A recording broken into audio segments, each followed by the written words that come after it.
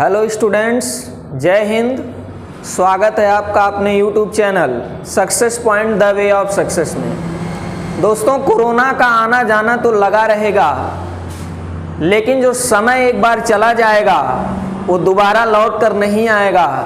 इसलिए समय का सदुपयोग करिए, घर पर रहिए, स्वस्थ रहिए और पढ़ते रहिए। हम लोग फिजिक्स पढ़ रहे थे और फिजिक्स में हमने अपना जो टॉपिक स्टार्ट किया था वो था विद्युत आवेश। विद्युत आवेश के ऊपर बहुत सारे क्वेश्चन थे जिनकी चर्चा हमने पिछले वीडियो में किया था, और उस वीडियो का लिंक जो है डिस्क्रिप्शन में दिया जाएगा। उस लिंक पर जाकर आप उस वीडियो को एक बार देख लें। आज के वीडियो में हम आवेश के जुड़े हुए और प्रश्नों पर चर्चा करेंगे। साथ ही हम देखेंगे कि आवेशन क्या होता है, यानी किसी चालक को किन अलग अलग विधियों से आवेशित किया जा सकता है। तो आवेश के बारे में अगर हम बात करें तो आवेश का मात्रक वैसे आप लोग जानते हैं कि कूलाम होता है, लेकिन अगर सीजीएस पद्धति की बात की जाए तो आवेश का मात्रक सीजीएस पद्धति में, सीजीएस पद्धति जिसे हम कहते हैं सेंटीमीटर ग्राम सेकंड, सीजीएस पद्धति में आवेश का मात्रक होता है इलेक्ट्रोस्टैटिक यूनिट, जिसको हम कहते हैं ईएसयू या स्टेट यूनिट भी कहा जाता है। यह है आवेश का मात्रक सीजीएस पद्धति में। इसके अलावा अगर आपसे पूछे कि आवेश का मात्रक एसआई पद्धति में क्या होता है तो आप कहेंगे कूलाम होता है। अब वही बात आती है कि एक कूलाम में कितना ईएसयू होता है, यानी एक कूलाम जो है वो कितना इलेक्ट्रोस्टैटिक यूनिट के बराबर होता है। तो एक कूलाम में 3 × 10⁹ ईएसयू होता है। एक कूलाम बराबर होता है 3 × 10⁹ ईएसयू। वहीं अगर बात करें आवेश का सबसे बड़ा मात्रक, तो आवेश का सबसे बड़ा मात्रक होता है फैराडे। आवेश का सबसे बड़ा मात्रक फैराडे होता है, और एक फैराडे में 96500 कूलाम होता है, यानी 96,500 कूलाम होता है एक फैराडे में। ये फैराडे जो है वो आवेश का सबसे बड़ा मात्रक है। आगे हम बात करें तो आवेश के अन्य छोटे मात्रक भी होते हैं। जब हम न्यूमेरिकल लगाते हैं, क्वेश्चन सॉल्व करते हैं, तो उसमें micro coulomb, nano coulomb, pico coulomb इस तरह से दिया होता है। इसके बाद मैं एक वीडियो और बनाऊंगा जिसमें 10 की पावर वाले जो क्वेश्चन आते हैं, जैसे micro, nano, pico, deca, hecto, kilo, इस तरह के जो क्वेश्चन आते हैं उस पर भी मैं एक वीडियो बनाऊंगा, और जल्दी वो वीडियो आपके सामने आएगा। तो आवेश के अन्य छोटे मात्रक क्या होते हैं? तो आवेश के अन्य छोटे मात्रक माइक्रो कूलाम और नैनो कूलाम होते हैं। माइक्रो कूलाम और नैनो कूलाम। एक माइक्रो कूलाम जो होता है वो 10⁻⁻6 कूलाम के बराबर होता है, यानी एक माइक्रो कूलाम बराबर होता है 10⁻6 कूलाम। एक नैनो कूलाम बराबर होता है 10⁻9 कूलाम। वैसे भी आप याद रखेंगे, माइक्रो मीन्स होता है ये 10⁻6 और नैनो मीन्स होता है 10⁻9।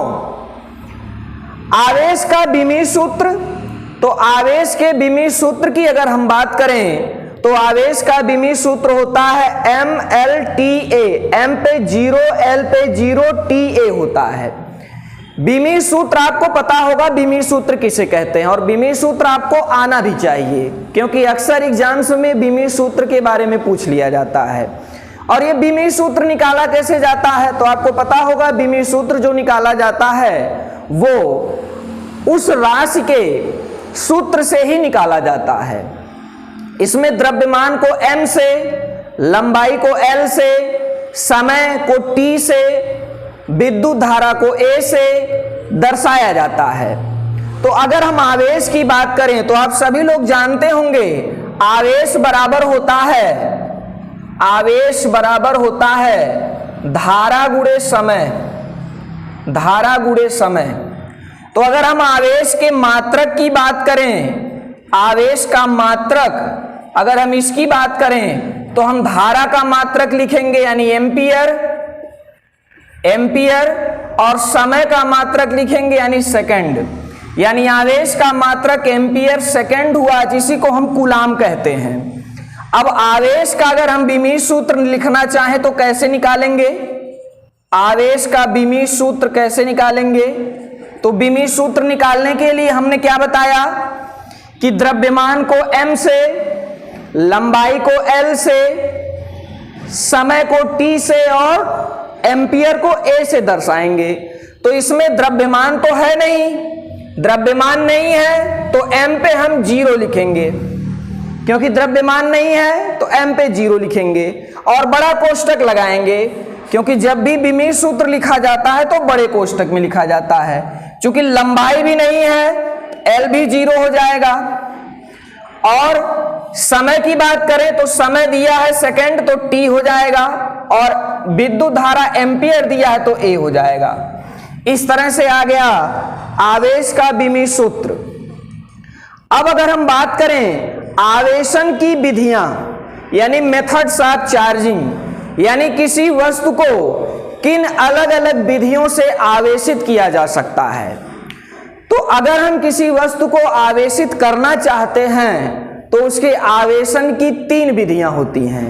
ये 3 विधियां कौन कौन सी होती हैं? चालन विधि यानी जिसको हम कहते हैं कंडक्शन मेथड, प्रेरण विधि जिसे हम कहेंगे इंडक्शन मेथड, और तीसरी जो विधि है घर्षण विधि जिसको हम कहेंगे फ्रिक्शन मेथड।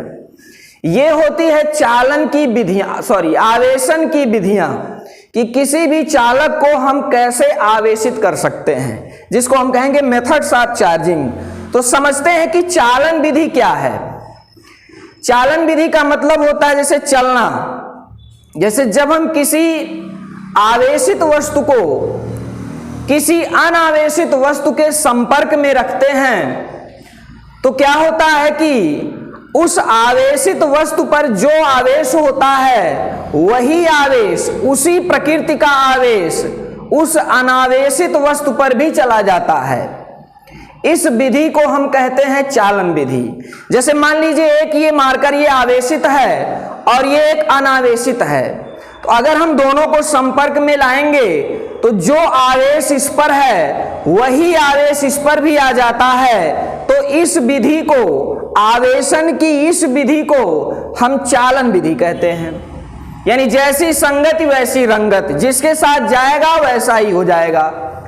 दूसरी बात करें अगर हम प्रेरण की, इंडक्शन मेथड, तो इंडक्शन मेथड क्या होता है? इसमें क्या है कि जब हम किसी आवेशित वस्तु को किसी अनावेशित वस्तु के निकट लाते हैं तो कभी कभी ऐसा होता है कि जो आवेश इस पर होता है इसके निकटवर्ती सतह पर विपरीत आवेश आ जाता है। यानी अगर इस पे प्लस है तो इसके निकटवर्ती सतह पर माइनस आवेश आएगा, माइनस का चार्ज आ जाता है। यानी निकटवर्ती सतह पर जब विपरीत आवेश आ जाए तो उस विधि को हम कहेंगे प्रेरण विधि, इंडक्शन मेथड। तीसरी विधि क्या है? घर्षण विधि। घर्षण का मतलब होता है रगड़ना।